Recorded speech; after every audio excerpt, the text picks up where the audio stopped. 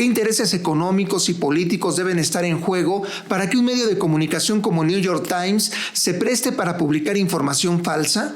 El New York Times, uno de los medios informativos más famosos, pero desde hace algunos años poco confiable, publicó el pasado 29 de diciembre un reportaje titulado "Así es un laboratorio de fentanilo del cártel de Sinaloa", en el cual dos de sus periodistas, Natalie Kritoev y Paulina Villegas, supuestamente atestiguaron el proceso de producción de fentanilo en un laboratorio secreto en Culiacán, Sinaloa. En el reportaje publicado se puede ver a personas sin equipo de protección personal en un ambiente desorganizado, cocinando ingredientes para producir fentanilo como si se tratara de preparar engrudo para pegar piñatas. Las imágenes fueron obtenidas por una supuesta visita de las periodistas a un laboratorio oculto en una casa ubicada, según ellas, en pleno centro de la ciudad de Culiacán, en una calle bulliciosa, llena de peatones, automóviles y puestos de comida. La publicación del New York Times provocó la reacción del gobierno mexicano.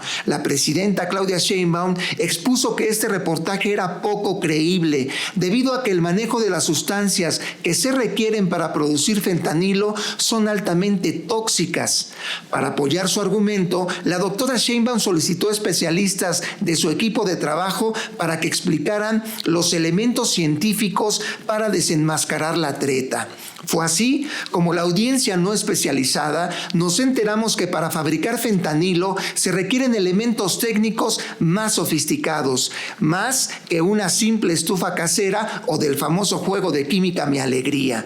La respuesta del New York Times, periódico estadounidense, no fue de vergüenza ni de corrección o autocrítica. El medio de comunicación dijo respaldar el embuste sin pensar en su reputación ni darse por enterados de su infructuosa campaña de propaganda. Es decir, si al New York Times no le interesa que la audiencia se entere que son un medio que publica información construida para aparentar una situación que no es real, entonces este medio es una herramienta de manipulación que obedece consignas más redituables para vender suscripciones o publicidad.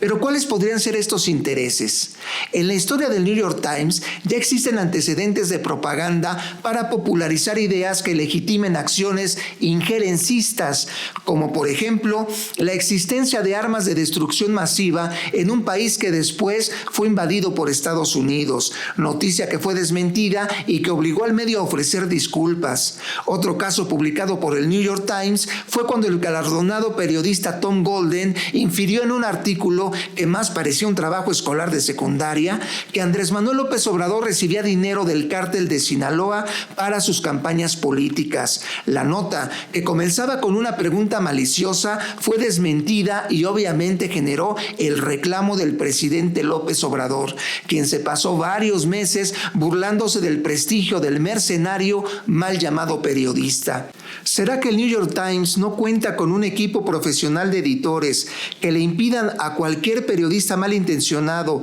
evadir las revisiones que existen hasta en el periódico mural de cualquier escuela primaria?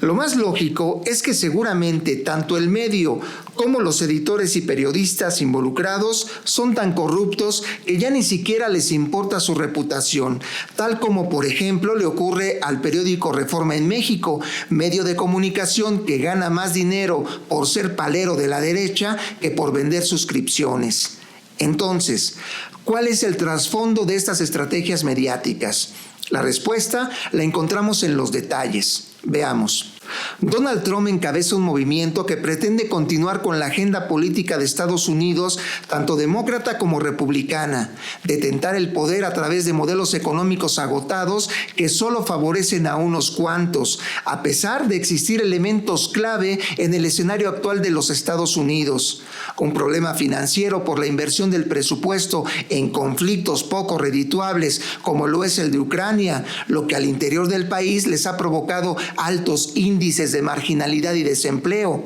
la migración excesiva generada por sus tradicionales políticas injerencistas en países como por ejemplo Haití, Ecuador, Cuba y Venezuela, y por otro lado una grave crisis de adicciones en los estadounidenses, entre las cuales se encuentra una muy evidente, el consumo de fentanilo. De tal manera que dirigir la atención de la audiencia hacia enemigos imaginarios como los migrantes o los cárteles mexicanos a quienes pretenden compararlos con organizaciones extremistas de Medio Oriente le permite a Estados Unidos legitimar acciones autoritarias como por ejemplo deportaciones masivas que buscan usar como moneda de cambio para seguir con prácticas como la injerencia política, control financiero a través de aranceles y lo más preocupante, avanzar en el terreno de la llamada batalla cultural que permite no terminar con el wokismo, sino colocar a personajes como Javier Milei al frente de países latinoamericanos en los que se degrada la libertad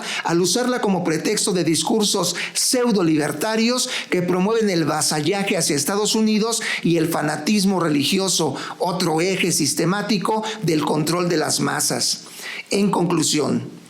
si el gobierno de Estados Unidos, republicano o demócrata, que al final es lo mismo, realmente le importara que su país esté contaminado con el cáncer de las adicciones, debería dejar la simulación y comenzar por explicarle al mundo quién o quiénes controlan y coordinan en el país más vigilado y poderoso del mundo a los cárteles de narcotráfico estadounidense que comercializan la droga en su territorio, dónde se quedan las ganancias por la venta y distribución de la droga en Estados Unidos y sobre todo, cuáles son las estructuras gubernamentales que apoyan esa actividad ilícita. Ni modo que no lo sepan.